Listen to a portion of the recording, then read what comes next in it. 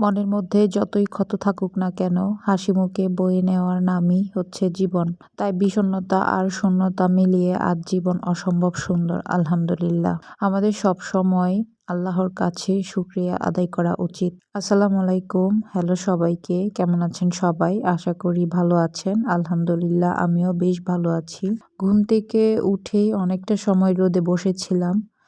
আমার প্রতিটা রুমে ঠিক এভাবেই সকালবেলার প্রথম রোদের আলো আসে। শীতের দিনে আরাম লাগলেও গরমের দিনে সকালবেলা খুব গরম লাগে। তো যাই হোক, আজকে খুব সকালে উঠেছি আর সারাটা দিন খুব ব্যস্ততা দিয়ে গেছে। এত ব্যস্ততার মাঝেও চেষ্টা করেছি অল্প অল্প করে কিছু মুহূর্তকে ক্যামেরাবন্দি করার। আজ আমি সেটাই শেয়ার করব আপনাদের সাথে। তো এখানে গতকাল রাতে অনেকগুলো সবজি এনেছিল ফ্রোজেন করার জন্য।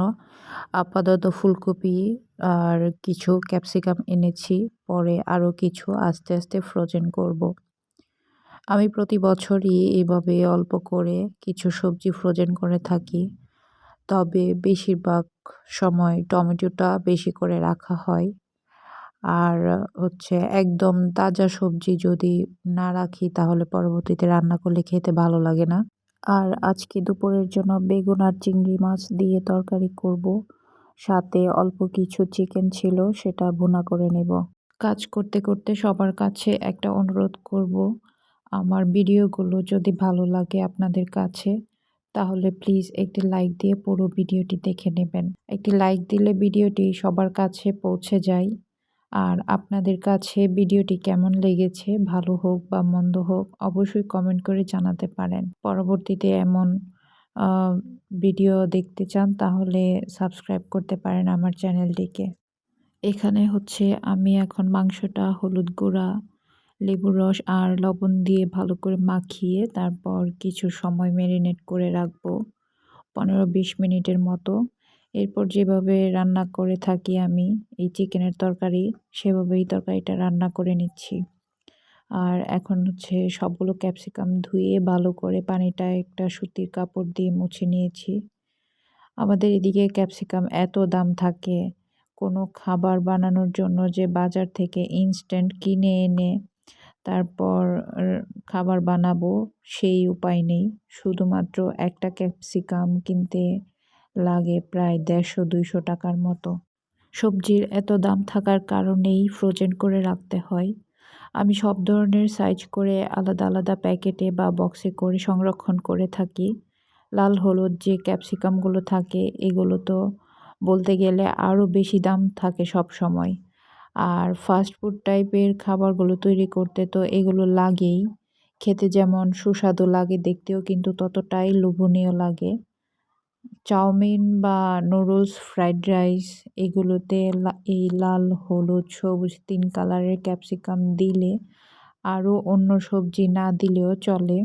আবার কালারফুলগুলো না থাকলেও যদি সবুজ কালারটা দেওয়া যায়, সাথে গাজর, টমেটো, পেঁয়াজ পাতা দেওয়া যায় তাহলেও হয়।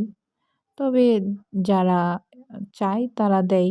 অনেকে দেখা যায় খেতে পারে, আবার অনেকে খেতে পারে না। তো সবজির সাথে রোজার জন্য কিছু ফ্রোজেন স্ন্যাক্সও বানাবো। একদিন তো সব করা পসিবল না। আজকে শুধু কিছু সবজি আর কিছু সিঙ্গারা বানিয়ে নিব।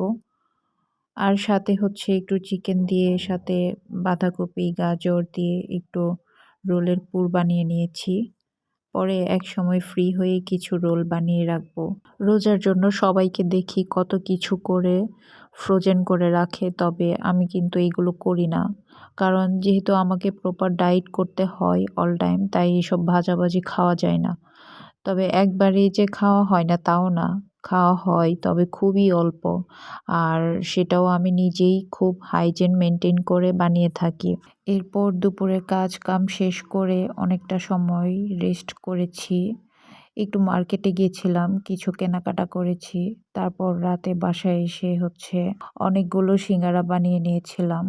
আর এগুলো এখন আমি এভাবেই ফ্রোজেন করব। পরবর্তীতে যখন একটু শক্ত হয়ে আসবে তারপর সেগুলো বক্সে করে রেখে দেব।